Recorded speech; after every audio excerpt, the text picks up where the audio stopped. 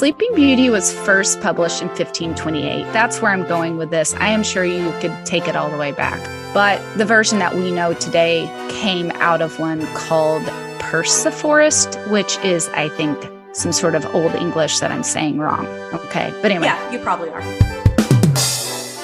Yeah, so it was published in 1528. In this version, the princess falls in love with a man, not a prince, before she dies or goes into the coma. Okay, so she's already in love with him. He finds her and he impregnates her while she is asleep. So, little bit of consent happening there, or lack of. Right. So I'm like, okay, I'm not a fan of that. I'm like, ugh. Anyway, she wakes up. She's apparently very happy about this because... Yeah, I'm so thrilled. But honestly, listen, this is the crazy part. You know that getting pricked by the needle, we all know that. Okay. So, but in these older versions, it's actually that she will get a splinter of flax. So what happens is the splinter of flax causes her to go in this coma. And what actually wakes her up is not her lover. It is her child suckling her finger and pulling out that flaxseed.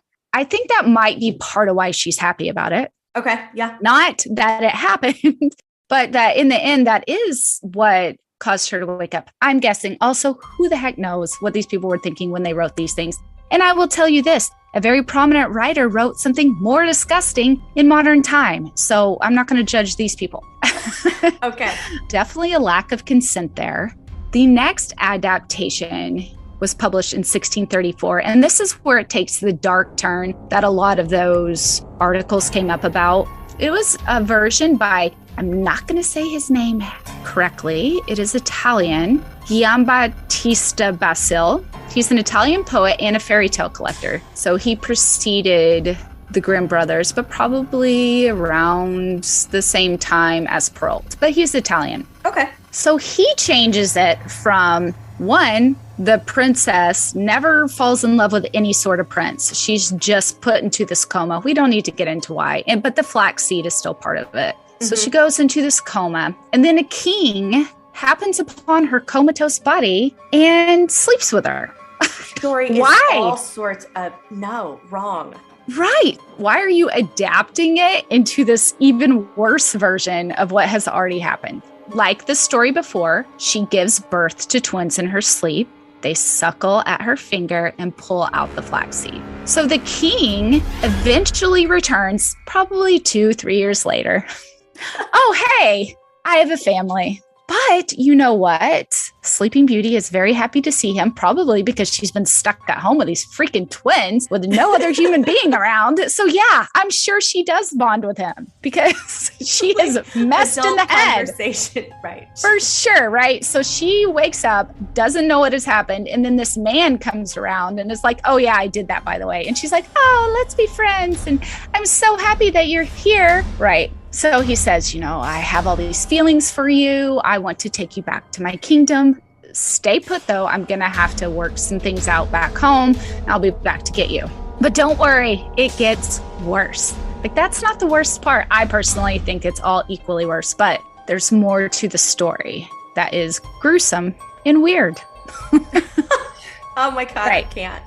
The king goes back and, well, he's married. He has a queen. Well, she learns of the children and she reaches out and tricks Sleeping Beauty into sending the twins alone to the palace. Once she does this, once they're there, the queen takes the twins, gives them to the cook, tells the cook to murder and cook them because she wants to feed them unbeknownst to her husband.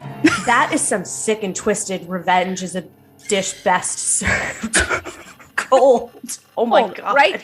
Disgusting. So as I'm reading, I think to myself, this is so twisted. And then I was skipping through. We have a lot to read. Sometimes I skip paragraphs. I had to skip back because I was like, oh no, she succeeded. And part of the story is the king eating his kids, but it was not. Whew. I was disturbed. I mean, this is already disturbing, but I was like, ew, no, I don't want to know about that. No. What happens is the cook is a human with humanity. And so, of course, she does not kill and serve the children to the king. Instead, she serves lamb.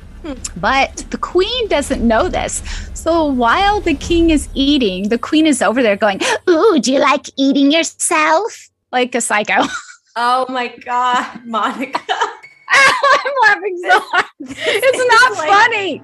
It's like one of those like triggers to something disturbing that you can't believe is real. So your body is like, I must laugh because this is so bad. Beyond shocked. Yeah. So then she lures Sleeping Beauty to the castle and tries to burn her alive. In the meantime, the king finds out about the queen's plans and he actually burns her alive. And in the end, Sleeping Beauty and the king go on to live happily ever after. Okay, so I'm really glad this version was never made into a movie. Ew, it's super gross and weird. And why? Although that's $1 million idea. Hello, horror movies are like all the rage. I'm with you. I could see someone taking the second half of this and making a horror film.